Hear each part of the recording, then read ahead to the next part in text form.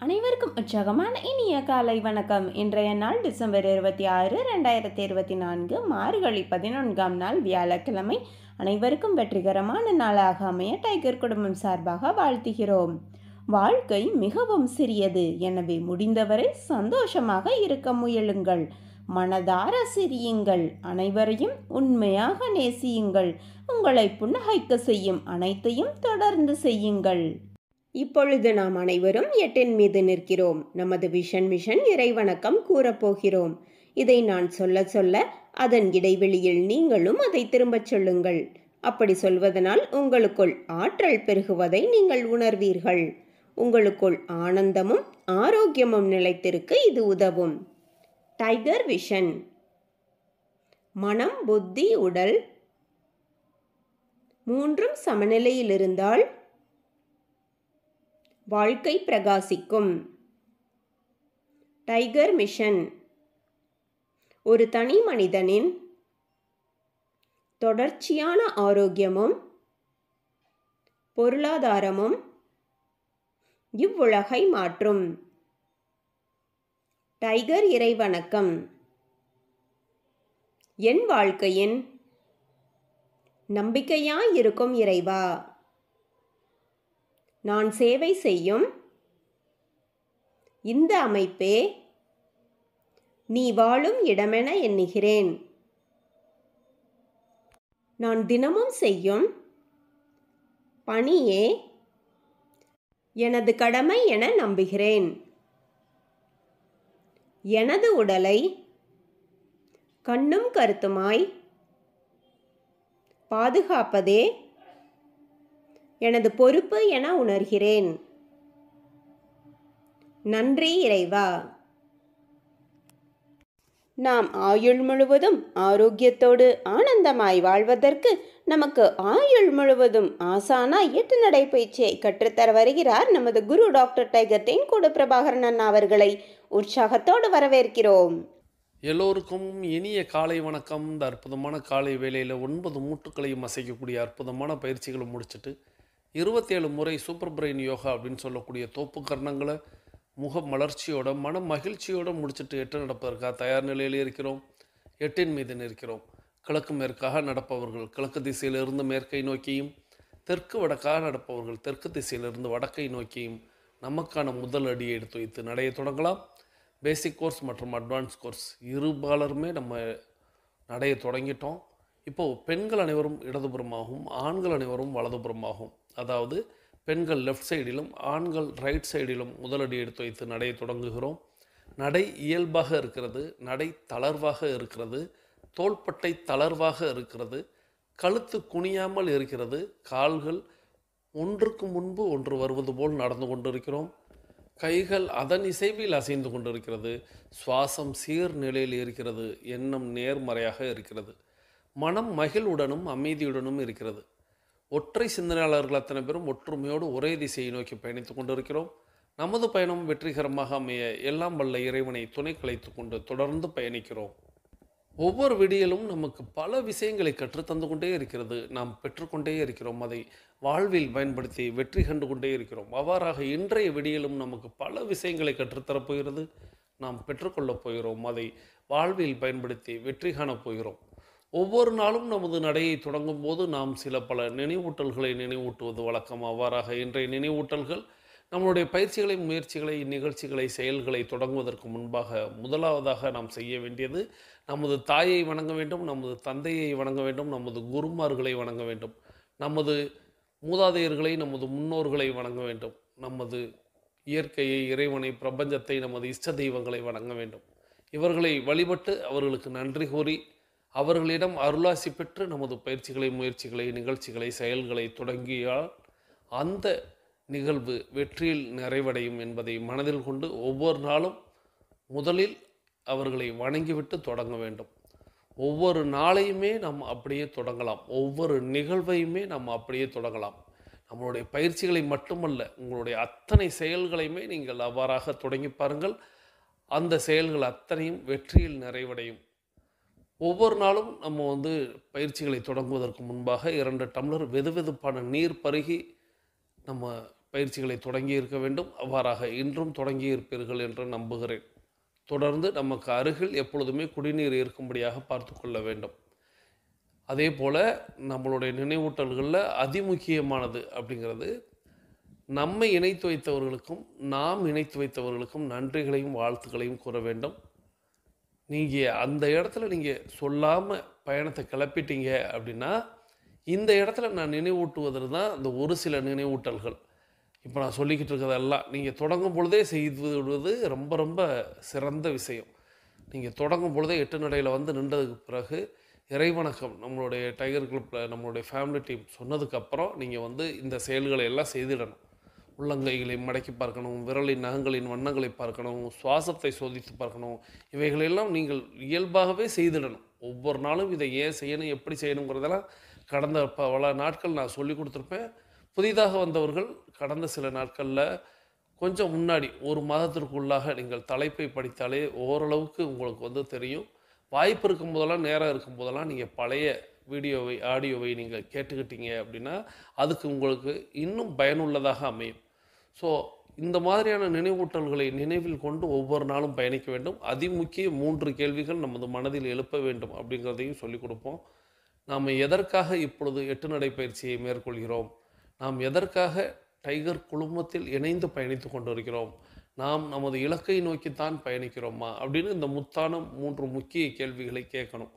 இலக்கை நோக்கிய பயணம் மட்டுமே வெற்றியை தரும் என்பதை நமது முன்னோர்கள், மூத்தவர்கள், முதியவர்கள் வாழ்ந்து அனுபவித்து நமக்கு கொடுத்து சென்றிருக்கிறார்கள். இலக்கை நோக்கிய பயணம் மட்டும்தான் வெற்றியை தரும் அப்படின்னு. இலக்கு இல்லாத பயணம் துடுப்பு இல்லாத படகில் பயணிப்பது போல. ஒரு கடல் இருக்குது, அந்த கடலில் ஒரு படகு இருக்குது. அந்த படகுல நம்ம ஏறி பயணம் செய்யணும் அப்படின்னா ஒரு துடுப்பு அப்படின்னு ஒன்று இருக்கணும். அந்த துடுப்பு தான் நம்ம எந்த திசையை நோக்கி பயணிக்க போகிறோங்கிறத நம்மளை வந்து அழைத்து செல்லக்கூடியது. அப்படித்தான் நம்ம இலக்கு அப்படிங்கிறது. நம்ம ஒரு நிர்ணயித்து நம்மளுடைய வாழ்க்கையை வெற்றி அப்படிங்கிற ஒரு விஷயத்தில் அடைய வேண்டும் அப்படின்னா அதுக்கு ஒரு இலக்கை நிர்ணயித்து பயணிக்க வேண்டும். அந்த இலக்கு தான் துடுப்பு அப்படின்னு சொல்லக்கூடியது. அந்த துடுப்பு இல்லாத பயணம் அப்படிங்கிறது எப்படி? அது போகிற போக்கில் போகட்டும், காற்றடிக்கிற திசையில் அடிக்கட்டும், அலை எந்த பக்கம் கொண்டு போய் சேர்க்குதோ அங்கே போகலாம் அப்படின்னு ஒருத்தர் பயணித்தா அவருடைய பயணம் எங்கே வேண்டுமானாலும் முடியலாம். இந்தியாவில் முடியலாம், அல்லது அயல் நாடுகளில் முடியலாம், இப்படி மனிதரே இல்லாத தீவுகளில் கூட போய் சேரலாம். ஆனால் அது இலக்கா? இல்லை. அதுபோல் நாமவே பயணித்து கொள்ளலாம் அப்படின்னு பயணித்தோம்னா என்ன ஆகும் அப்படிங்கிறதுக்கு ஒரு உதாரணத்திற்காக இந்த துடுப்பில்லா படகில் பயணிப்பது போல அப்படின்னு சொல்வது உண்டு. அதை மனதில் கொண்டு ஒவ்வொரு நாளும் நம்ம வந்து நம்மளுடைய பயிற்சிகளை, முயற்சிகளை, நிகழ்ச்சிகளை தொடங்கும் போது நம்மளுடைய இலக்கு எது என்பதை நிர்ணயித்து பயணிக்க வேண்டும். அதையும் புதியவர்கள் அத்தனை தங்களது இலக்காக நீங்கள் வந்து உங்களுடைய 21 நாள் நடை தொடர்ச்சியாக நடக்கணும், அதுதான் என்னோட இலக்காக இருக்கணும் அப்படின்னு கூட புதியவர்கள் உங்களுடைய இலக்கை நிர்ணயித்து பயணிக்கலாம். இந்த மாதிரி விதவிதமான இலக்குகளை நாம் தான் வைத்துக்கொள்ள போகிறோம். நமக்கு இலக்கு அப்படின்னு வேறு யாரும் வைக்க தேவையில்லை. நாம் ஒரு இலக்கை நிர்ணயித்து பயணிக்கணும். அந்த இலக்கை நம்ம அடையணும். மீண்டும் நம்ம ஒரு புதிய இலக்கை வைக்கணும். நாம் மீண்டும் அதை அடையணும். அந்த சூத்திரத்தை, அந்த ஃபார்முலாவை நாம் கற்றுக்கொள்ள வேண்டும் அப்படிங்கிறத மட்டும் மனதில் கொண்டு நம்ம தொடர்ந்து பயணிக்கலாம். தொடர்ந்து நம்ம இன்றைக்கி ஒரு அற்புதமான ஒரு கதை கேட்க போகிறோம். இந்த அற்புதமான கதையை நமக்கு தேர்வு செய்து அனுப்பி வைத்திருப்பவர் சகோதரி அம்மா டைகர் ஜெயக்கொடி ஃப்ரம் தூத்துக்குடி. இவங்க தூத்துக்குடி டைகர் கிளப்பில் உறுப்பினராக இருக்கிறாங்க. அம்மா ஜெயக்கொடி ஃப்ரம் தூத்துக்குடி அவங்க இந்த கதையை நமக்கு தேர்வு செய்து அனுப்பி வைத்திருக்காங்க. இந்த கதையில் அவங்க ஒரு நபரை குறிப்பிடுறாங்க. என்ன அப்படின்னா, இந்த கதை கேட்கும் பொழுது எனக்கு இந்த நபர் தான் தோன்றினார் அப்படின்னு அவங்க தட்டச்சில் ஒரு பெயரை குறிப்பிட்டு எழுதியிருந்தாங்க. ஸோ அந்த கதை அப்படி என்ன கதை அப்படின்ட்டு நானுமே அந்த கதையை கொஞ்சம் கூர்ந்து கவனித்தேன். கதை கேட்கும் பொழுதெல்லாம் அப்படியா, அந்த நபருக்கும் இந்த கதைக்கும் அப்படி என்ன தொடர்பு அப்படிங்கிற ஒரு சந்தேகத்தோடு பார்த்தேன். கடைசியில் அந்த கதையின் முடிவு அப்படிங்கிறது அவங்க சொன்ன அந்த பெயரோடு ஒத்து போனதா அப்படிங்கிறத நீங்கள் தான் சொல்ல போகிறீங்க. அந்த மாதிரி அவங்க அந்த கதையை தேர்வு செய்து அனுப்பும் பொழுது இந்த கதையை கேட்கும் பொழுது எனக்கு இவர் தான் நினைவுக்கு வந்தார் அப்படின்னு ஒரு நபரை சொல்லியிருந்தாங்க. ஸோ அந்த நபர் தான் உங்களுக்கு நினைவுக்கு வந்தாரா அப்படிங்கிறத நம்ம வந்து கதையின் முடிவில் பார்க்கலாம். ஸோ இந்த கதைக்கு ஒரு முன்னோட்டம் அப்படிங்கிறது இது போதும்னு நினைக்கிறேன். இப்போது நீங்கள் எல்லாருமே கதை கேட்க சுவாரஸ்யமாக இருப்பீங்க. வாங்க நம்ம அந்த கதையை கேட்கலாம். அதற்கு முன்பாக இந்த அற்புதமான கதையை தேர்வு செய்து அனுப்பி வைத்த அம்மா சகோதரி டைகர் ஜெயக்கொடி ஃப்ரம் தூத்துக்குடி அவர்கள் அவர்களது குடும்பம் மகிழ்ச்சியோடும் ஆரோக்கியத்தோடும் செல்வ வளங்களோடும் இருப்பதற்கு எல்லாம் வல்ல இயற்கை இறைவன் பிரபஞ்சத்தை வேண்டி அவர்கள் எண்ணியதெல்லாம் நடக்க வேண்டும், அவர்கள் கேட்டதெல்லாம் கிடைக்க வேண்டும், அவர்களது குடும்பத்தில் ஆரோக்கியம் நிலைத்திருக்க வேண்டும், ஆனந்தம் நிலைத்திருக்க வேண்டும், அவர்களுடைய பொருளாதாரம் உயர்ந்து கொண்டே இருக்க வேண்டும், அவர்களது பணி சிறந்து விளங்க வேண்டும், அவர்களது பணி பிறர் பாராட்டும்படியாக அமைய வேண்டும், அவர்களது தொழில் வளர்ந்து கொண்டே இருக்க வேண்டும், அதை எல்லாம் வல்ல இயற்கை இறைவன் பிரபஞ்சம் அவர்களுக்கு வழங்க வேண்டும் என்று நானும் வேண்டிக் கொள்கிறேன். என்னுடைய பிரார்த்தனையையும் என்னுடைய வாழ்த்துக்களையும் தெரிவித்துக் கொள்கிறேன். நீங்களும் உங்களுடைய வாழ்த்து மலைகளை அம்மா tiger Jayakkodi from Thoothukudi tiger club உறுப்பினர் அவர்களுக்கு வழங்குமாறு அன்போடு கேட்டு இப்பொழுது அந்த கதையை கேட்டுக்கொண்டே பயணிக்கலாம். கதையோடைய முடிவில் நான் அந்த பெயரை சொல்கிறேன். நீங்களும் அந்த பெயரை இல்லை உங்களுக்கு யாரை தோன்றியது அப்படிங்கிறதையும் பார்க்கலாம். இப்போ வாங்க நாம் அந்த கதையை கேட்டுக்கொண்டே பயணிக்கலாம். ஒரு பெரிய தொழிலதிபர். என்னன்னா அவர் வந்து ரொம்ப கஷ்டப்பட்டு நேர்மையான முறையில் நிறைய சம்பாரிச்சிட்றாரு. நிறைய ஃப்ரெண்ட்ஸ் எல்லாம் இருக்காங்க அவங்களுக்கு. என்னன்னா அவருக்கு வந்து ஒரு இயற்கையான சூழலில் வாழணும் அப்படின்னு ஆசைப்பட்டு நகரத்தை எல்லாம் விட்டு சிட்டியை விட்டுட்டு ஒரு கிராமத்துக்கு வந்து அவங்க ஒரு பெரிய தோப்பை வாங்குறாரு. சரி, அந்த தோப்புக்குள்ளே ஒரு வீட்டை கட்டலாம், ஒரு பண்ணை வீடு மாதிரி வச்சுக்கலாம் அப்படின்னு நினச்சி அங்கே வீட்டை கட்டுறாரு. எப்படி கட்டுறாருன்னா மரங்களை வெட்டுறதுக்கு அவருக்கு விருப்பம் கிடையாது. அதனால் இருக்கிற இடத்துல வீட்டை கட்டிடுறாரு. அந்த கிரக பிரவேசம் அப்படின்னு சொல்லி வீடு பால் காய்ச்சுவாங்க இல்லையா, அதுக்காக வந்து அவங்களோட ஃப்ரெண்ட்ஸ் எல்லாத்தையும் கூப்பிட்றாரு. வீடு பார்க்க ரொம்ப நல்லா இருக்குது. ஆனால் ஃப்ரெண்ட்ஸ் எல்லாம் கொஞ்சம் குழப்பி விட்றாங்க. என்னென்னா, மரத்தை வெட்டக்கூடாது அப்படிங்கிறதுக்காக கிடைச்ச இடத்துல நீ கட்டிட்ட, இந்த இடம் வந்து வாஸ்து சரியாக தான் இருக்கா அப்படிங்கிறத நீ பார்க்கணுமா இல்லையா? ஏன்னா இப்போ நீ நல்லா இருக்க, உன்னோட தொழில் வந்து ரொம்ப நல்லா போய்கிட்டு இருக்கு. வாஸ்து சரியில்லாத ஒரு வீட்டில் நீ இருந்த அப்படின்னு சொன்னால் எல்லாமே போயிடும் அப்படின்னு ஒருத்தர் சொல்கிறாரு. ஒருத்தர் மட்டும் இல்லை, அதே விஷயத்த நிறைய பேர் அவர்கிட்ட சொல்லும்போது அவருக்கும் அது வந்து குழப்பமாகுது. அதில் அவருக்கு நம்பிக்கை இல்லைனாலும் கூட நிறைய பேர் சொல்லும்போது நமக்குள்ள ஒரு குழப்பம் வரும் இல்லையா? அந்த மைண்ட் செட்டில் அந்த தொழிலதிபர் இருக்கார். சரி, இப்போ நான் என்ன தான் பண்ணேன், யாரை தான் கூப்பிட அப்படின்னு கேட்கும்போது ஃப்ரெண்ட்ஸே வந்து சஜஸ்ட் பண்ணுறாங்க. ஆந்திராவில் ஒரு வாஸ்து நிபுணர் ஒருத்தர் இருக்கார். அவர் ரொம்ப ஸ்பெஷலிஸ்ட். நீ வேணா அவரை அழைச்சிட்டு வந்து ஒரு தடவை செக் பண்ணிக்க, நல்லா தான் இருக்கும், ஆனாலும் நீ செக் பண்ணிக்க அப்படின்னு சொல்கிறாங்க. சரி, அவரோட நம்பர் கொடு அப்படின்னு சொல்லிட்டு, அவர் ரொம்ப ஸ்பெஷலிஸ்ட்டுங்கிறனால பிஸியான ஒரு பர்சன், அதனால் அப்பாயின்மெண்ட் போட்டுட்டு அதெல்லாம் என்ன பண்ணுறாரு, ஃப்ளைட் டிக்கெட் போட்டு கொடுக்குறாரு. ஏர்போர்ட்டில் வந்து அவர் நிற்கிறாரு. உடனே இவர் என்ன பண்ணுறாரு, இந்த டிரைவர் இவங்களெல்லாம் அனுப்பிச்சு பிக்கப் பண்ணுறதை விட நாமளே போகலாம், ஏன்னா ரொம்ப பெரிய ஆள் அப்படின்னு சொல்லி அவரே காரை ஓட்டிகிட்டு போகிறாரு. ஏர்போர்ட்டில் அந்த ஆந்திராவிலிருந்து வந்து அந்த வாஸ்து நிபுணர் நின்றுட்டு இருக்காரு. இப்போ நான் தான் உங்களை வரவழைச்சேன், நீங்கள் வாங்க காரில் வாங்க அப்படின்னு சொல்லும்போது காரில் ஏறிடுறாங்க. ரொம்ப ஸ்லோவாக ஓட்டுறாரு இந்த தொழிலதிபர் காரை.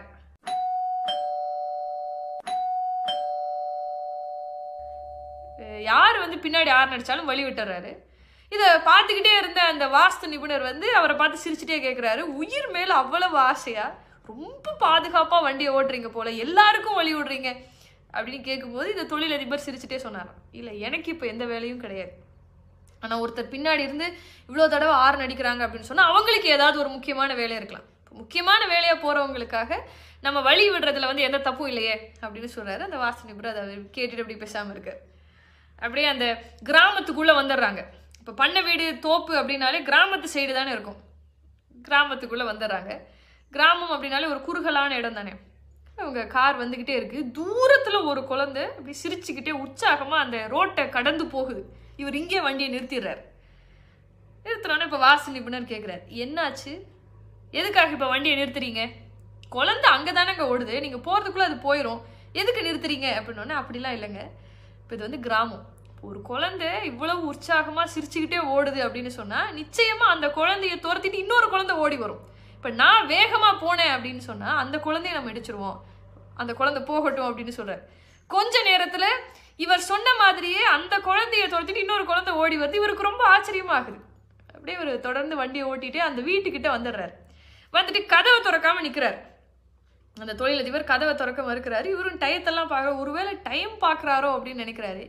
அப்புறம் வாய் விட்டு கேட்டுறாரு, எதுக்காக இப்போ நம்ம காத்துக்கிட்டு இருக்கோம் அப்படின்னு கேட்கும்போது அதுக்கு அந்த தொழிலதிபர் இப்படி சொல்கிறார், ஒன்றும் இல்லை, என் வீட்டுக்கு பின்னாடி மாமரம் இருக்குது, பார்த்தீங்களா அந்த குருவியெல்லாம் அங்கே பறந்துக்கிட்டு இருக்கு, சின்ன பசங்கள்லாம் மரத்து மேலே ஏறி இருக்கானுங்க.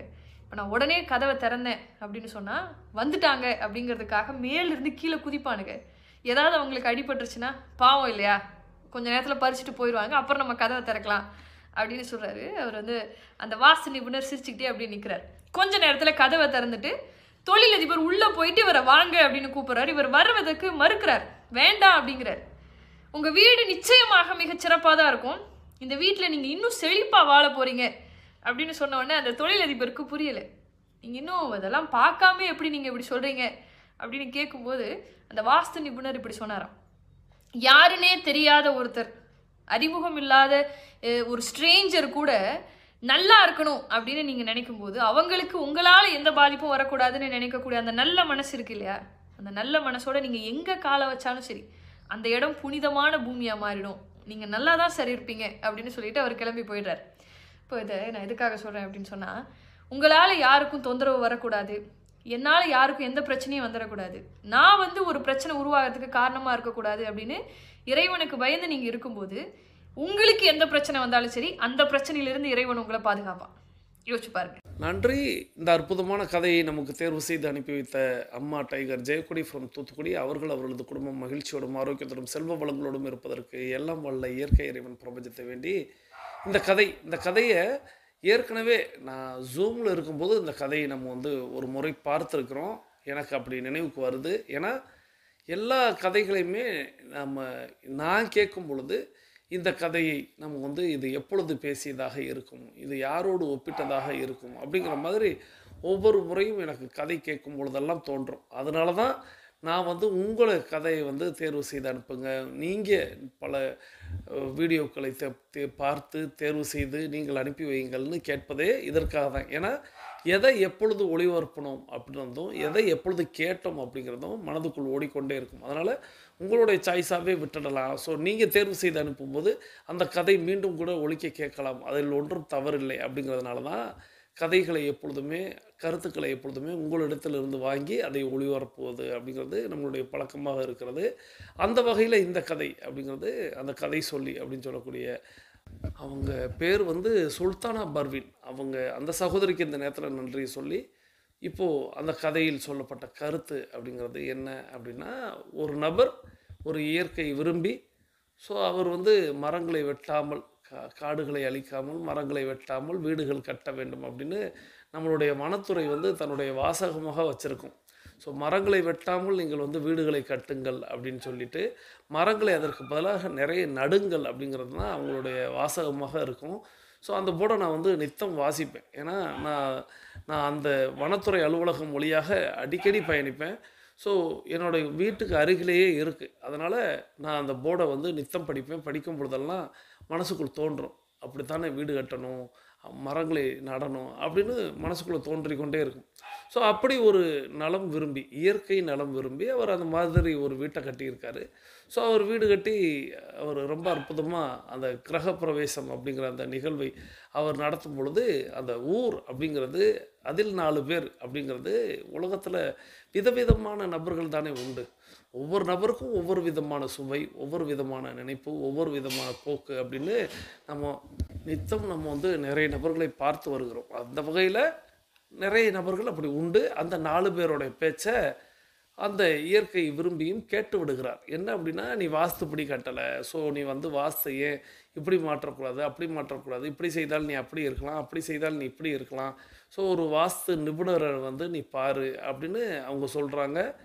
ஸோ அவருக்கும் மனசு அப்படிங்கிறது லைட்டாக சஞ்சலப்பட்ட மனது வாஸ்து நிபுணரை தேடுகிறார் அப்படின்னு வந்துச்சு. ஸோ நான் இப்போ வந்து அவர் குறிப்பிட்ட, அதாவது அம்மா ஜெயக்கொடி அவங்க குறிப்பிட்ட அந்த நபர் இப்படிப்பட்டவரா அப்படின்னு எனக்குள்ள ஒரு சந்தேகம் இருந்துச்சு. ஒரு இயற்கை நலம் விரும்பி ஓகே, அது சரி, சந்தோஷம், மகிழ்ச்சி. ஆனால் பிறர் சொல்லும் பொழுது அதற்கு செவி சாய்த்து அதற்காக வாஸ்து நிபுணரை தொடர்பு கொள்ளக்கூடிய நபரா, அப்போ அம்மாவுடைய கால்குலேஷன் தப்பாக இருக்கே அப்படிங்கிற மாதிரி தான் நான் கதையின் தொடக்கத்தில் சொன்னேன் அல்லவா. ஸோ எங்கேயோ அவங்க தப்பாக யோசிச்சுட்டாங்களே அப்படிங்கிற மாதிரி எனக்கு தோன்றியது. அப்புறம் அப்படியே அந்த வாஸ்து நிபுணரை இவர் அழைக்க வந்து விமான நிலையம் செல்வது, அப்புறம் விமான நிலையத்திலிருந்து அவரை அழைத்து வரும் பொழுது அவர் வந்து வாகனத்தை வந்து நிறைய வாகனங்கள் முந்தி செல்ல வழிவிட்டு அவர் இயல்பாக ஒரு சாதாரண ஒரு வேகத்தில் அவர் பயணிக்கிறார். ஏன் அப்படி பயணிக்கிறீங்க அப்படின்னு கேட்கும் பொழுது அவர் சொல்கிறாரு, அவங்களுக்கு ஏதோ அவசர வேலைகள் இருக்குது, அதனால் அவங்க போகிறாங்க. நம்மளுக்கு ஒன்றும் அவசர வேலை இல்லை. ஸோ நம்ம வந்து இயல்பாக போக வேண்டியதானே, அவர்களுக்கு வழிபட வேண்டியதானே, போபவர்கள் முன்னாடி போகட்டுமே அப்படிங்கிற மாதிரி செய்கிறார் அப்படிங்கிறத வாஸ்து நிபுணர் பார்க்குறாரு. ஸோ அடுத்ததாக அப்படி போகிறாரு. ஒரு தெரு முனையில் ஒரு குழந்தை ஒன்று ஓடுகிறது. இவர் வந்து வண்டியை நிறுத்தி விடுகிறார்.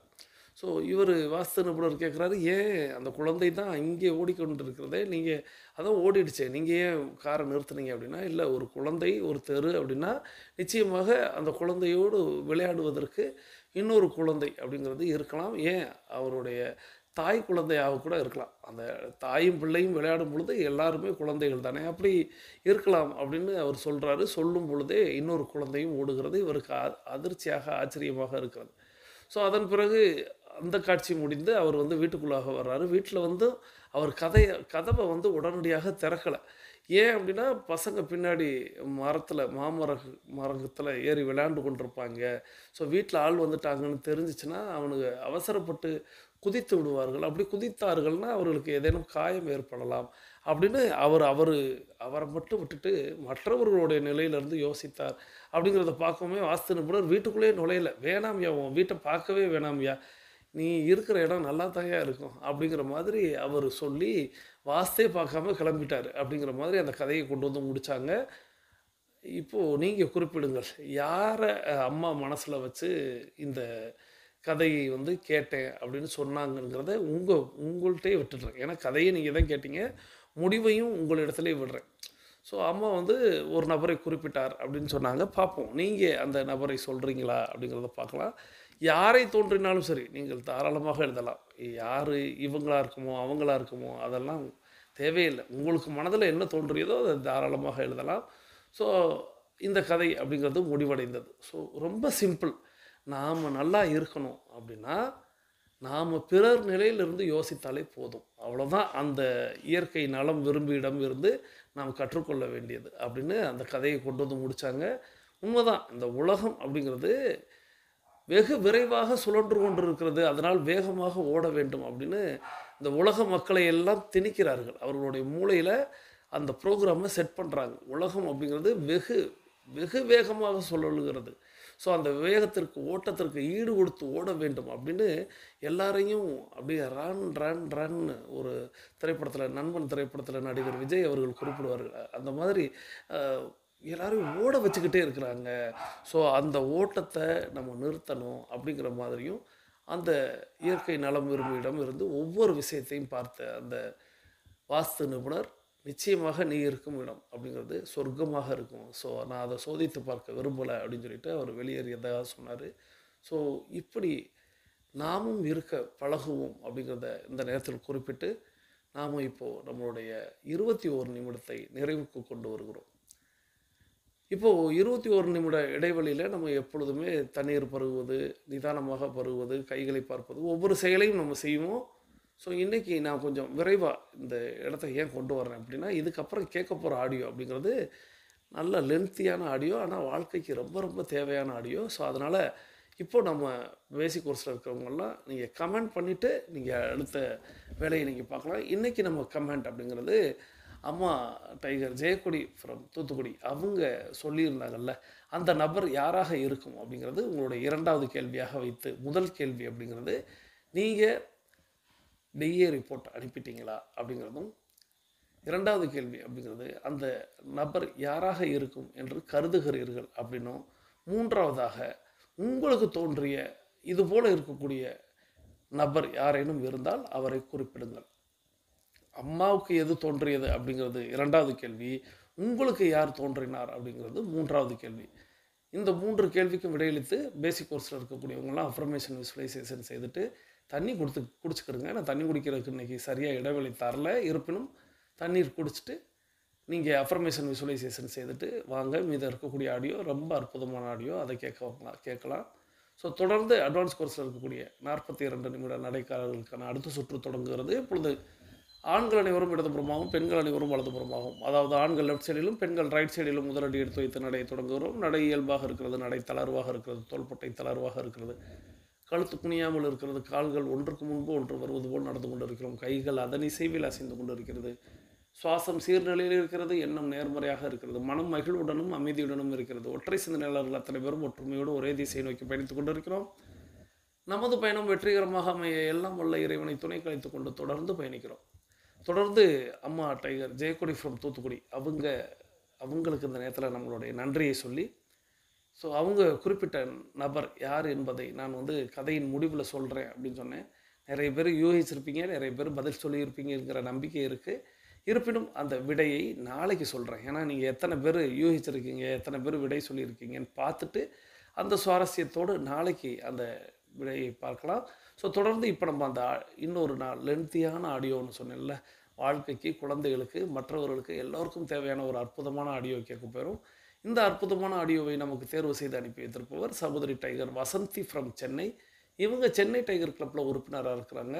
சகோதரி tiger Vasanthi from Chennai tiger club உறுப்பினர். அவர்களது குடும்பம் மகிழ்ச்சியோடும் ஆரோக்கியத்தோடும் செல்வ வளங்களோடும் இருப்பதற்கு எல்லாம் உள்ள இயற்கை இறைவன் பிரபஞ்சத்தை வேண்டி அவர்கள் எண்ணியதெல்லாம் நடக்க வேண்டும், அவர்கள் கேட்டதெல்லாம் கிடைக்க வேண்டும், அவர்களது குடும்பத்தில் ஆரோக்கியம் நிலைத்திருக்க வேண்டும், ஆனந்தம் நிலைத்திருக்க வேண்டும், பொருளாதாரம் உயர்ந்து கொண்டே இருக்க வேண்டும், பணி சிறந்து விளங்க வேண்டும், அவர்களது பணி பிறர் பாராட்டும்படியாக அமைய வேண்டும், அதை எல்லாம் வல்ல இயற்கை இறைவன் பிரபஞ்சம் வழங்க வேண்டும் என்று வேண்டி தொடர்ந்து நம்ம இப்போ அந்த ஆடியோவை கேட்கலாம். கேட்டுட்டு ஆடியோட முடிவில் என்னுடைய குரல் ஒலிக்கும். வாருங்கள்.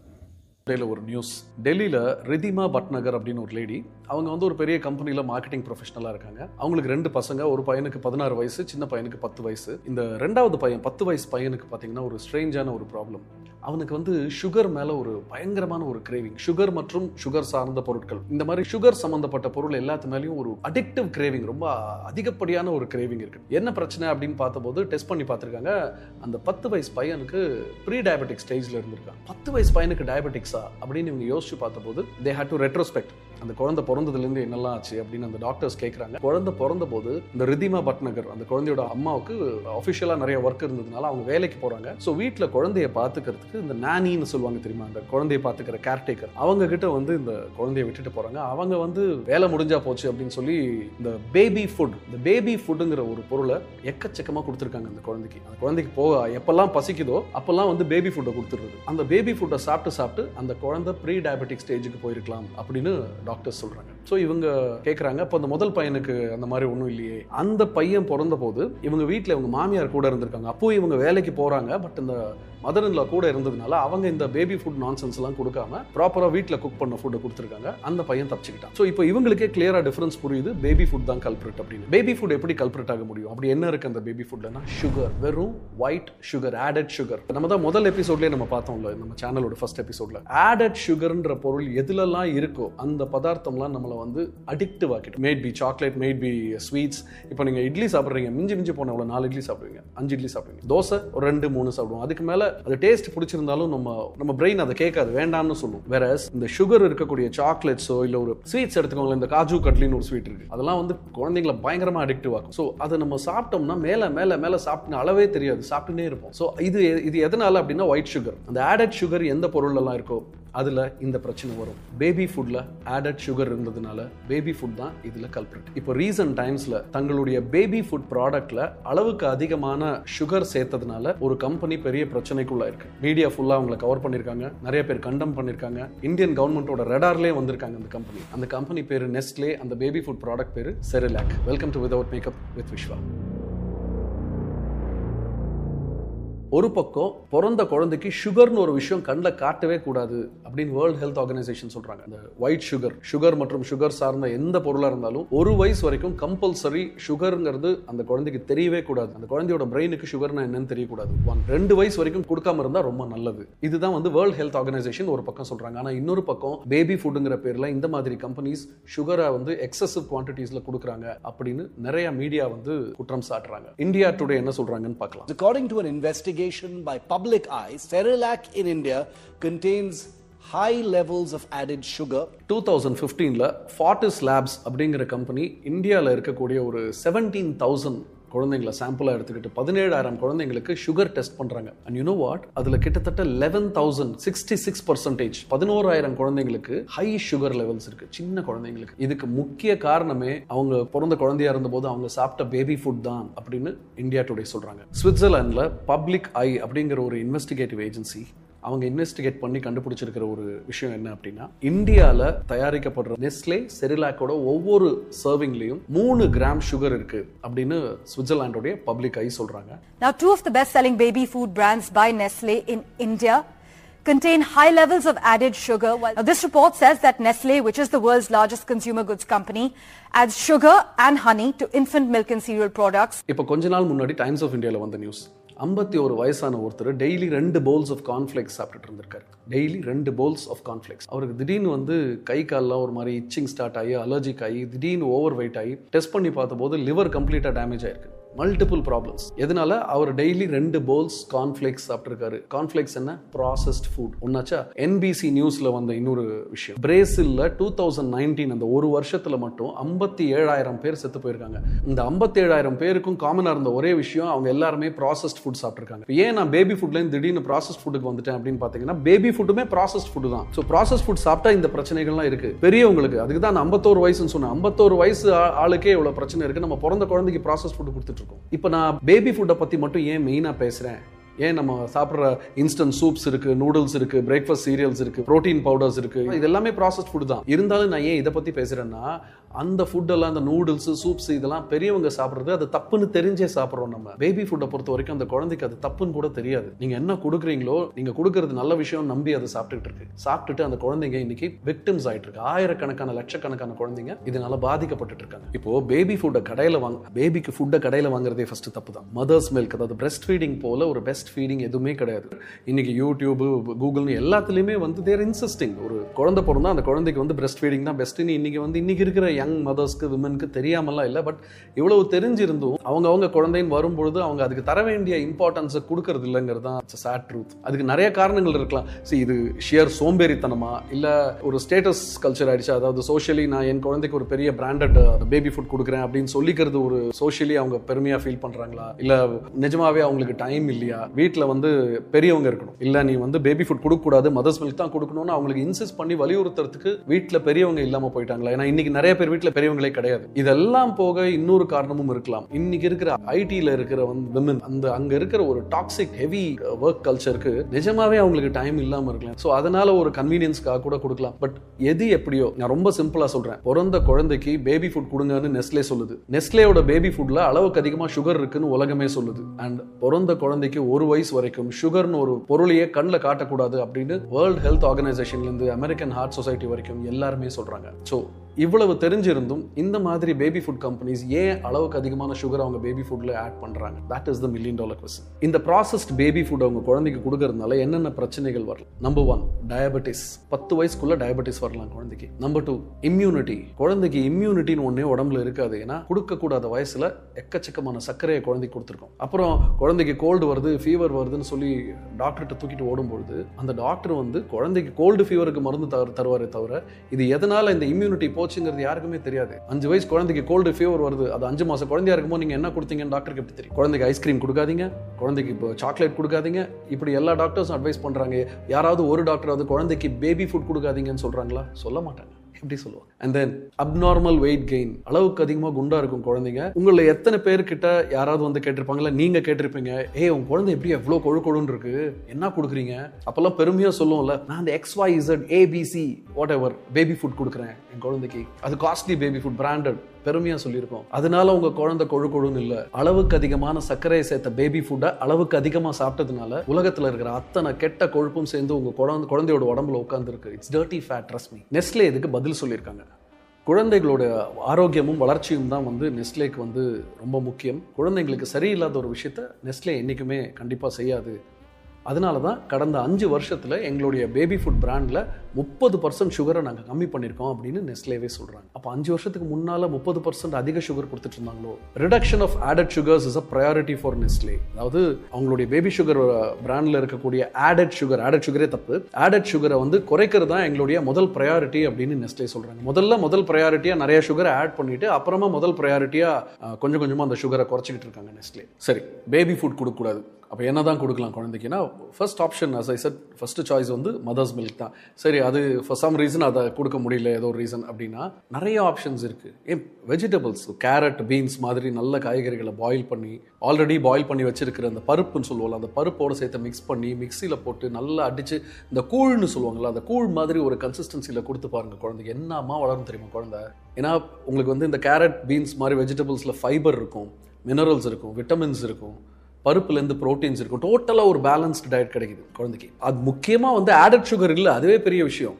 ஸோ உங்களுக்கு வந்து total physical growth, immunity, strength, இது எல்லாமே வந்து குழந்தைக்கு பெட்டராக இருக்கும். So where did it all start? இந்த பேபி ஃபுட்டுங்கிறத எதனால், ஏன், எப்போ கொடுக்க ஆரம்பித்தோம்? முன்னாடியெல்லாம், இன்ஃபேக்ட் நாங்கள்லாம் குழந்தையா இருக்கும்போது முன்னாடியெல்லாம் வந்து இப்போது ஆல்டர்னேட்டிவ் கன்வீனியன்ஸ், ஒரு அவசரம், எமர்ஜென்சினா இப்போ எங்கேயோ ஃபேமிலியோட ட்ரிப் போகிறோம், அந்த மாதிரி நேரங்களில் வந்து நம்ம போய் தங்குற ஹோட்டல்லையோ ரெஸ்டாரண்ட்ஸ்லையும் வந்து இந்த பீன்ஸை அரைச்சி கொடு, கேரட்டை வேக வச்சு கொடுனா வசதி இருக்காது அதுக்கு. ஸோ அந்த மாதிரி 1 or 2 days எமர்ஜென்சிக்கு அப்படின்னு வந்து பேபி ஃபுட்டை கொடுக்க ஆரம்பிச்சோம். ஆனா இன்னைக்கு it has become staple, fearsomely staple. அது இல்லைன்னா ஆகாதுங்கிற மாதிரி ஒரு இன்டிஸ்பென்சிபிள் ஆயிடுச்சு இல்லை பேபி ஃபுட்டுங்கிறது. And I blame it on the working mothers, whether you like it or not. அதாவது இன்னைக்கு especially IT, thanks to IT, அங்க இருக்கிற ஒர்க்கிங் விமன் வந்து டாக்ஸிக் ஒர்க் கல்ச்சர்.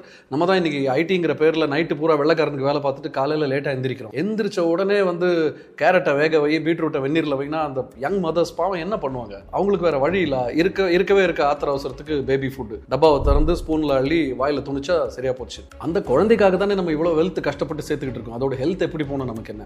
முன்னாடியாவது இதெல்லாம் தப்பு, கொடுக்காதன்னு சொல்றதுக்கு வீட்டில் பெத்தவங்க பெரியவங்க இருந்தாங்க.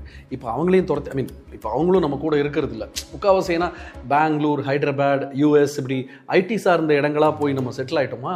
அதனால எங்கேயோ நாட்டரசங்கோட்டையில் இருக்கிற நம்மளை பெத்தவங்க என்ன சாப்பிட்டாங்கன்னு நமக்கு தெரியாது, நாம கூடவே இருக்கிற நாம பெத்தது என்ன சாப்பிடுதுன்னு நமக்கு தெரியாது. Essentially you're messing with the lives of children, the health of children particularly, because added sugar, let me tell you, is not allowed. You saw that? Essentially we are messing with the lives of children. Baby foodங்கிற பேர்ல குழந்தைகளோட வாழ்க்கையோட விளையாடிக்கிட்டு இருக்கோம். According to India Today, தவறான ஒரு ப்ராடக்ட்டை குழந்தைங்களுக்கு கொடுக்கிறது மட்டும் இல்லாம அதை விளம்பரம் வேற பண்ணிக்கிட்டு இருக்காங்க அப்படின்னு, அது தப்பு அப்படிங்கிற மாதிரி சொல்றாங்க. ஏன்னா இந்த பிராண்டோட பேரே வந்து இது வந்து it's a household name. over the years ஒரு பெரிய ட்ரஸ்ட் கிரியேட் ஆயிருக்கு. செரிலாக் அப்படிங்கிற பிராண்டே பார்த்தீங்கன்னா there is an emotional connect, sentimental connect with the mothers. அந்த மாதிரி ஒரு ப்ராடக்ட்ல போய் அளவுக்கு அதிகமான ஆடட் சுகர்ஸை சேர்த்து குழந்தைங்களோட வாழ்க்கையோட விளையாடுறாங்க அப்படிங்கிற மாதிரி இந்தியா டுடே சொல்றாங்க. Very quietly they do in fact continue to advertise these products. Let me tell you, it is not allowed. சரி, இந்த நெஸ்லே செரிலாக் உலகம் பூரா ஒரே மாதிரி தான் இருக்கா? ஏன் கேட்கறேன்னா, இந்தியாவை பொறுத்த வரைக்கும் பிரச்சனை இல்லை, எதை கொடுத்தாலும் சாப்பிட்டுருவோம். அதுவும் அட்வர்டைஸ்மெண்ட்ல சொல்லிட்டு ஆண்டவனே வந்து சொன்ன மாதிரி மறுபேச்சே கிடையாது. ஆனா மற்ற கண்ட்ரீஸ்லாம் அப்படி இல்லை. படிச்சவன்ல யோசிப்பான், கேள்வி கேட்பான், இந்த பிரச்சனைலாம் இருக்கு. அங்கெல்லாம் அந்த மாதிரி கண்ட்ரீஸ்லாம் இது எப்படி நடக்குது அப்படின்னா, இது நடக்கல. அதாவது இப்போ யூரோப்பியன் கண்ட்ரீஸ் லைக் சுவிட்சர்லாந்து, பிரான்ஸ்லாம் எடுத்துக்கிட்டிங்கன்னா, இதே நெஸ்லேயோடைய பேபி ஃபுட்ல சுகரே கிடையாது, 0 சுகர் ஃப்ரீயாக கொடுத்துட்டு இருக்கான். இந்தியா மாதிரி டெவலப்பிங் கண்ட்ரீஸ்ல மட்டும் 3%, இந்தியாவோட சுத்தமா டெவலப்பே ஆகாத சில கண்ட்ரீஸ் இருக்கலாம், அங்கெல்லாம் 6%. These findings show that in India, all 15 Cerelac baby products contain an average of nearly 3 grams of sugar per serving. The same product is being sold with no added sugar in Germany and the United Kingdom. அவனோட logic புரியுதா? கேள்வி கேட்பான், கோர்ட்ல கொண்டு போய் நிறுத்துவான்ற கண்ட்ரீஸ்ல சுகரே கிடையாது. இப்போ இந்தியாவை பொறுத்த வரைக்கும் நம்ம வந்து கேள்வியெல்லாம் கேட்க மாட்டோம். இதே மாதிரி டிவியில் நீங்களும் நானும் நிறைய டிவி டிபேட்ஸ்ல, நியூஸ்ல இந்த மாதிரி பேசிட்டு கொஞ்ச நாள் பேசிட்டு விட்டுருவோம். நம்ம அந்த மாதிரி கண்ட்ரீஸ்ல வந்து 3% வச்சிருக்கான். இதை விட மோசமான சில கண்ட்ரீஸ், எத்தியோப்பியா மாதிரி கண்ட்ரீஸ்ல பேச கூட மாட்டான், அந்த அறிவு கூட கிடையாது அவனுக்கு. அங்க வந்து 6%. கண்ட்ரிக்கு தகுந்த மாதிரி அந்த சுகரை வந்து ஆட் பண்றதாக என்டிடிவி சொல்றாங்க. இதெல்லாம் எங்க ஆரம்பிச்சது, எப்படி ஆரம்பிச்சதுன்னு பார்த்தா பயங்கரமா இருக்கு. Nestle's darkest secret, The Disturbing Truth அப்படின்னு ஒரு வீடியோ பார்த்தேன். அந்த வீடியோவில் என்ன சொல்லியிருக்காங்கன்னு மட்டும் சொல்கிறேன். டிஸ்க்ளைமர், இது நான் சொல்லலை, அந்த வீடியோவில் சொல்லப்பட்ட விஷயம். The world's biggest food company, Nestle. The Nestle company. Nestle collects millions of gallons a year from springs in Southern California. Nestle கம்பெனியோட ஃபவுண்டர் மிஸ்டர் ஹென்ரி நெஸ்லே அப்படிங்கிறவர் வந்து 1867 வந்து இந்த ஒரு பேபி ஃபுட் ஃபார்முலான்னு ஒன்று கண்டுபிடிக்கிறாரு. அப்போ அவரோட ஐடியா வந்து நிஜமாவே ஃபிசிக்கலி ஏதோ ஒரு காரணங்களால், சில பல காரணங்களால் பிரெஸ்ட் ஃபீடிங் பண்ண முடியாத அம்மாக்களுக்கு வந்து ஒரு ஆல்டர்னேட்டிவாக இதை கொடுக்கலாம் அப்படின்னு சொல்லி தான் இந்த பேபி ஃபுட் ஃபார்முலாவை கண்டுபிடிச்சிருக்காரு. பிரெஸ்ட் ஃபீடிங்கிற ஒரு கான்செப்டே டோட்டலாக ரீப்ளேஸ் பண்ணணும் அப்படிங்கிறது வந்து அப்போ அவரோட ஐடியா இல்லை அப்படின்ற மாதிரி சொல்கிறாங்க. நாளடைவில் சுமார் ஒரு 100 வருஷத்துக்கு அப்புறமா I think must be early 1970s நினைக்கிறேன், அந்த டைமில் வந்து இந்த இவங்களோட பேபி ஃபுட் ப்ராடக்டோட சேல்ஸ் கொஞ்சம் கம்மியாகும் போது நெஸ்லேக்கு வந்து வித்தியாசமான ஒரு ஐடியா வந்துச்சுன்னு சொல்கிறாங்க. அதாவது இதை ஏன் வந்து தேவைப்படுற அம்மாக்களுக்கு மட்டும் கொடுக்கணும், இது ஏன் எல்லா அம்மாக்களுக்குமே கொடுக்கக்கூடாது? They wondered, what if we could sell this baby formula to all mothers, not just those who actually need it? புதுசாக குழந்தை பிறந்திருக்கக்கூடிய எல்லா அம்மாக்களுக்குமே இது ஏன் நம்ம கொண்டு போய் விற்கக்கூடாது அப்படின்னு நெஸ்லேவுடைய ஒரு புதுவிதமான ஒரு ஐடியாவால் தான் வந்து அதோடைய கான்செப்டே டோட்டலாக வேற மாதிரி சேஞ்ச் ஆச்சு அப்படின்னு நெஸ்லேஸ் டார்க்கஸ்ட் சீக்ரெட் தி டிஸ்டர்பிங் ட்ரூத் அப்படிங்கிற ஒரு கான்டென்ட்ல மேக்னேட்ஸ் மீடியா அப்படிங்கிற யூடியூப் சேனல் சொல்லியிருக்காங்க. இதில் இன்னொரு ஷாக்கிங் ட்ரூத் என்னன்னா, இந்த பேபி ஃபுட்டை தயாரித்து எல்லா மதர்ஸ்க்கும், லாக்டேட் பண்ண முடியாத மதர்ஸ்ன்னு இல்லாமல் எல்லா மதர்ஸ்க்கும் கொடுக்கணும்னு இவங்க முடிவு பண்ண போது இவங்க வந்து ஃபேக் நர்சஸ், அதாவது நர்சஸ் மாதிரி வேஷம் போட்ட சில பேரை வந்து எம்ப்ளாய் பண்ணி, which they did. These saleswomen, posing as genuine nurses, would walk the halls of maternity wards or even visit mothers at their homes unannounced and sell them on Nestlé's baby formula. And it gets much worse. So அந்த மாதிரி fake நர்சஸை வந்து employee பண்ணி புதுசாக குழந்தை பிறந்திருக்கக்கூடிய mothers கிட்ட போய் உங்கள் குழந்தைக்கு வந்து தாய்ப்பாலை விட இந்த பேபி ஃபுட் தான் வந்து ரொம்ப நல்லது, குழந்தை கொழுன்னு வளரும் அப்படின்ற மாதிரிலாம் சொல்லி மார்க்கெட்டிங் பண்ணியிருக்காங்க. சொல்லி ஃப்ரீ சாம்பிள்ஸ் கொடுத்துருக்காங்க. ஸோ ஃப்ரீயாக கிடைக்குதுங்கும் போது சரி ட்ரை பண்ணி பார்க்கலாமே அப்படின்னு சொல்லி அந்த லேடிஸும் வாங்கி அந்த குழந்தைங்களுக்கு அது கொடுக்க, குழந்தை வந்து நல்லா கொழுன்னு அந்த குழந்தை வளர ஆரம்பிக்கும் போது அந்த லேடிஸ்க்கும் அது ரொம்ப பிடிச்சி போயிடுது அந்த ப்ராடக்ட். ஆனால் இவங்க ஃப்ரீ சாம்பிள் கரெக்டாக என்ன குவான்டிட்டி கொடுக்குறாங்கன்னு பாருங்க. ஒரு ஸ்டேஜில் அந்த ஃப்ரீ சாம்பிள் தீர்ந்து போகும்ல, கரெக்டாக அந்த ஸ்டேஜில் பார்த்தீங்கன்னா இவங்களுக்கு லாக்டேஷனும் நின்று போயிடும். ஏன்னா கண்டினியூட்டி இல்லைல்ல, கண்டினியூஸாக பிரெஸ்ட் ஃபீடிங் பண்ணாததுனால இவங்களுக்கு லாக்டேஷனும் நின்று போயிடுது. The mothers would have stopped producing milk naturally and thus had no choice but to pay for Nestlé's expensive product to keep their child alive. இந்த பக்கம் ஃப்ரீ சாம்பிள்ஸ் தீர்ந்து போச்சு. ஸோ நாளை காலையில் குழந்தைக்கு என்ன கொடுப்பீங்க? ஸோ வேற வழி இல்லை, இது வரைக்கும் நீங்கள் ஃப்ரீ சாம்பிள்ஸாக ஃப்ரீயாக கொடுத்துக்கிட்டு இருந்த அதே பேபி ஃபுட்டை வந்து கடைக்கு போய் விலை கொடுத்து வாங்க ஆரம்பிப்பீங்க. முடிவு இவங்களோட இந்த கான்செப்ட் வந்து சூப்பராக ஒர்க் அவுட் ஆகி எல்லா கண்ட்ரீஸ்க்கும் போகுது. இது நான் எல்லா கண்ட்ரீஸ்லையும் இந்த வேலையை செய்ய ஆரம்பிக்கிறாங்க, நிறைய காசு பார்க்குறாங்க. ஆனால் கரெக்டாக 1974 நினைக்கிறேன், 1974 இவங்களுக்கு ஒரு ஆப்பு வருது. வார் ஆன் வாண்ட் அப்படின்னு ஒரு புக் பப்ளிகேஷன் கம்பெனி வந்து த பேபி கில்லர் அப்படின்னு ஒரு புக்கை பப்ளிஷ் பண்ணுறாங்க. அதில் என்ன சொல்கிறாங்கன்னா, இந்த மாதிரி பேபி ஃபுட் கம்பெனிஸ் எப்படி படிக்காத இன்னசென்ட் பெண்களை வந்து ஏமாற்றி பேபி ஃபுட் பிரெஸ்ட் ஃபுட்டுக்கு பதிலாக பேபி ஃபுட் தான் குழந்தைக்கு நல்லதுன்னு பொய் சொல்லி ஏமாற்றி அந்த பேபி ஃபுட்டை விற்கிறது மட்டும் இல்லாமல் அந்த குழந்தைங்களோட லைஃபையும் எப்படி நாசம் பண்ணிகிட்டு இருக்காங்க அப்படின்னு இந்த மாதிரி கம்பெனிஸை வந்து கிழிச்சு தொங்க விடுறாங்க. 1978, அதாவது இந்த புக்கு பப்ளிஷ் ஆனதுக்கான ஒரு எதிரொலி மாதிரின்னு வச்சுக்கலாமே, 1978 அமெரிக்கன் மினிஸ்டர் எட்வர்ட் கென்னடி தலைமையில் ஒரு விசாரணை குழு அமைக்கப்பட்டு US செனேட்ல நெஸ்லே உடைய டாப் எக்ஸிக்யூட்டிவ்ஸை வரவழைச்சு என்கொயரி நடத்துறாங்க. அமெரிக்கன் செனேட்ல ஒரு மினிஸ்டர் கேட்குற கேள்விக்கு கொஞ்சம் கூட மரியாதை இல்லாமல் எவ்வளவு அகந்தையா அரகண்டா பதில் சொல்றான் பாருங்க அந்த நெஸ்லேவோட executive. Can't have that responsibility, sir. May I make a reference to You can't have that responsibility. No. In response to எவ்வளவு திமிர் இருக்கணும். இந்த அரகன்ஸுக்கு நெஸ்லே பே பண்ண price was a bit too high. 1981 நினைக்கிறேன், வேர்ல்ட் ஹெல்த் ஆர்கனைசேஷன் ஒரு முக்கியமான ஒரு அறிவிப்பை வெளியிடுறாங்க. பிரெஸ்ட் மில்க்கு பதிலாக பேபி ஃபுட் கொடுங்க, பிரெஸ்ட் மில்கை விட பேபி ஃபுட் தான் வந்து மோர் ஹெல்த்தி அப்படின்னு சொல்லி யாராவது அட்வர்டைஸிங்கோ மார்க்கெட்டிங்கோ பண்ணால் விளைவுகள் ரொம்ப மோசமாக இருக்கும்னு வேர்ல்ட் ஹெல்த் ஆர்கனைசேஷன் அனௌன்ஸ் பண்ணுறாங்க. அண்ட் சப்சிக்வெண்ட்லி 1983 கிட்டத்தட்ட ஒரு 10 டிஃப்ரெண்ட் கண்ட்ரீஸ் வந்து நெஸ்லேவை கம்ப்ளீட்டாக பாய்காட் பண்ணுறாங்க. And boycotts were launched against them in numerous countries. Nestle போட்ட சக்கரை அவங்களுக்கே கசப்பாக மாற ஆரம்பிச்சுது. இப்போ ரீசெண்டாக இந்தியன் கவர்மெண்ட்டும் இந்த கேஸை ரொம்ப சீரியஸாக கையில் எடுத்திருக்காங்க. இதில் நெஸ்லே மேலே வச்சிருக்கிற குற்றச்சாட்டுகள் ப்ரூவ் ஆச்சுன்னா ரொம்ப சீரியஸான விளைவுகளை நெஸ்லே சந்திக்க வேண்டி இருக்கும் அப்படின்னு The Indian government has now taken cognizance of the public eye report. இன்னும் ரத்தன சுருக்கமாக சொல்லி முடிக்கணும்னா, இதே நெஸ்லேயோடைய மேகி நூடுல்ஸ் அப்படிங்கிற பிராண்டை 2015 இந்தியன் கவர்மெண்ட் பேன் பண்ணுறாங்க. எக்ஸசிவ் குவான்டிட்டிஸில் லெட் மற்றும் மோனோசோடியம் குளூட்டமேட் இருக்கிறதாக சொல்லி இந்தியன் கவர்மெண்ட் பேன் பண்ணுறாங்க. சுமார் 38,000 டன்ஸ் ஆஃப் மேகி நூடுல்ஸை மார்க்கெட்லேருந்து வித்ட்ரா பண்ணி கம்ப்ளீட்டாக டெஸ்ட்ராய் பண்ணுறாங்க. Nestlé was banned in the year 1977 over allegations of promoting baby formula and discouraging breastfeeding. 2021 Nestle அவங்க விற்கக்கூடிய ப்ராடக்ட்ஸில் கிட்டத்தட்ட 60%, நெஸ்லேவுடைய பிராண்டில் வரக்கூடிய ப்ராடக்ட்ஸில் 60% ப்ராடக்ட்ஸ் பேசிக் மேண்டட்ரி ஹெல்த் க்ரைட்டீரியா எவ்வளோ இருக்கணுமோ அந்த ஹெல்த் க்ரைட்டீரியா கூட அதில் இல்லை. தே ஹவ் நாட் மெட் த ஹெல்த் க்ரைட்டீரியான்னு வேற யாரும் சொல்ல, நெஸ்லேவே ஒத்துக்கிட்டு இருக்காங்க.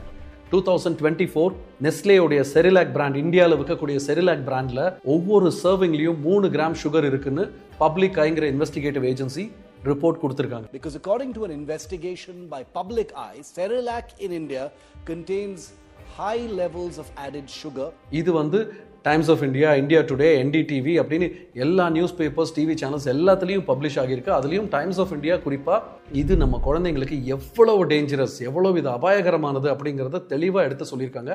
இதுக்கு மேலே கோடு போட்டு காட்ட எந்த மீடியாவாலையும் முடியாது. ஒரு லெவலுக்கு மேலே நம்ம குழந்தைங்களுக்கு எது நல்லது எது கெட்டதுன்னு பத்திரிகைகள் வந்து சொல்லாது, நம்ம படிப்பு தான் வரணும். நான் இன்னைக்கு இருக்கிற இந்த ஜென்ரேஷன் விமன் பார்த்து ஒரே ஒரு கேள்வி தான் கேட்குறேன். நீங்கள்லாம் படித்தவங்க தானே, எத்தனை யூடியூப் கூகுள்னு என்னென்னமோ பார்க்குறீங்களே, இதுக்கு மேலேயும் திருந்தலைன்னா உங்கள் குழந்தைங்கள ஆண்டவனால் கூட காப்பாற்ற முடியாது. Remember, breast feed is the best feed. It's without makeup with Viswa. நன்றி சகோதரி டைகர் வசந்தி ஃப்ரம் சென்னை. அவர்களது குடும்பம் மகிழ்ச்சியோடும் ஆரோக்கியத்தோடும் செல்வ வளங்களோடும் இருப்பதற்கு எல்லாம் வல்ல இயற்கை இறைவன் பிரபஞ்சத்தை வேண்டி இந்த ஆடியோக்கான விளக்கத்தை வாய்ப்பு இருந்தால் வரும் நாட்களில் நம்ம பார்க்கலாம் அப்படிங்கிறத இந்த நேரத்தில் சொல்லி வாருங்கள் நமது 42 நிமிட நடையை நிறைவு கொண்டு வரலாம். வாருங்கள் அனைவரும் தொடங்கிய திசைக்கு வந்து விடலாம். கிழக்கு மேற்கா தொடங்கி ஒரு கிழக்கு திசையிலும் தெற்கு வடக்கா தொடங்கி ஒரு தெற்கு திசைக்கு வந்து விடுகிறோம். நமது உள்ளங்கைகளை மடக்கி பார்க்கிறோம், விரலின் நகங்களின் வண்ணங்களை பார்க்கிறோம், சுவாசத்தை சோதித்து பார்க்கிறோம். அற்புதமாக சுவாசம் வரக்கூடிய 2 நாசியிலும் வரக்கூடிய இந்த வேளையில் நம்ம எல்லாரும் கிழக்கு திசையை நோக்கி நின்று அஃபர்மேஷன் விசுவலைசேஷன் செய்து இன்றைய நாளை தொடங்குவோம். இன்றைய நாள் உங்களுக்கு அற்புதமான நாளாக அமையட்டும். எல்லோருக்கும் எல்லாம் கிடைக்க எல்லாம் வல்ல இயற்கை இறைவன் பிரபஞ்சத்தை வேண்டி மீண்டும் சந்திப்போம், கலந்து சிந்திப்போம். வாழ்க நலத்துடன், வாழ்க வளத்துடன். நன்றி.